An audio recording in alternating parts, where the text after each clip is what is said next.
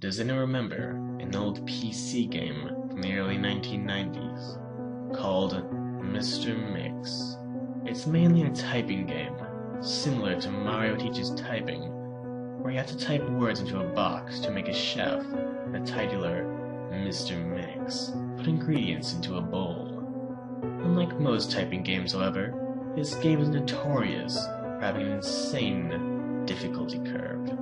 The game has a words per minute requirement, being as low as 10 on level 1, and as high as 85 on the 3rd. By level 5, the requirement reaches over 500, effectively making it impossible to proceed any further. One of the main things that people noticed about the game immediately was the background music. The music on the first level was an unsettling pattern of growls that got progressively louder as the level went on, often causing damage to the early computer systems that were not designed to handle extremely high volumes of sound. The second level had no music at all, and the third had what sounded like an extremely low quality recording of a hairdryer playing in the background. The remaining 2 levels had an extremely loud, high-pitched ringing throughout the level that caused severe eardrum damage to those who managed to get that far. Another rather disturbing aspect of the game was the design of Mr. Mix himself. He was a large, round-faced, overweight man with large, beady eyes and red spots on his cheeks. Most children who played the game reported having vivid nightmares of Mr. Mix speaking to them in a quiet, raspy voice and threatening them to keep quiet about something. However, none of them can remember exactly what that was. One psychologist who saw many of these children reported being disturbed by the sheer amount of terror on the faces of these children as they recounted the details of the nightmare. Many of the children broke down into tears in the process, begging for their parents to save them. However, no direct relationship to the game itself could be determined by these few cases, as not all children suffered the same adverse effects.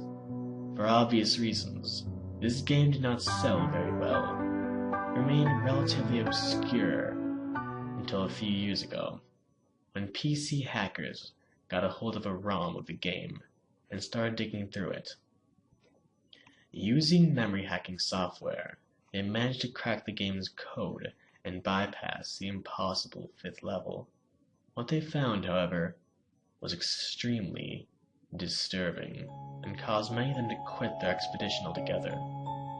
According to the reports these hackers left behind, the game behaves very strangely if the 5th level is bypassed. The game crashes violently and closes, writing a bunch of files to the user's System32 directory, to the point that the RAM was almost completely filled. These files are reportedly pictures of people with horribly deformed faces appearing to scream in pain and agony as their eyes appearing to be bleeding from their tear ducts and their outer layer of skin torn clean off in multiple places. If the user attempts to delete these files, the computer will violently crash on blue screen, causing permanent, irreparable damage to the user's hard drive. The hackers found this was caused by a lone byte in the game's ROM that triggered when the 5th level was completed. After removing this byte, they were able to proceed to the 6th and final level. Unfortunately, all of the original hackers declined to discuss what they saw in the final level, all of them becoming extremely paranoid and reclusive, refusing to talk about anything related to the game, and showing astonishing extreme symptoms of post-traumatic stress disorder. Most of them ceased to be able to form coherent sentences within a week. Within a month, all of them went missing. All remaining copies of the game were destroyed. To this day, no one knows what was in that game that caused them so much psychological damage. maybe it's better that way. 2 years after this incident, a man was arrested after trying to kidnap an 8-year-old girl from a grocery store. Through DNA and fingerprint analysis, the man was identified as one of the original hackers who viewed the final level of the game. He was wearing a white chef's hat and had a look of unspeakable malice and insanity on his face. When interrogated, the man would only say one thing: "I'm Mr. Mix." Shh.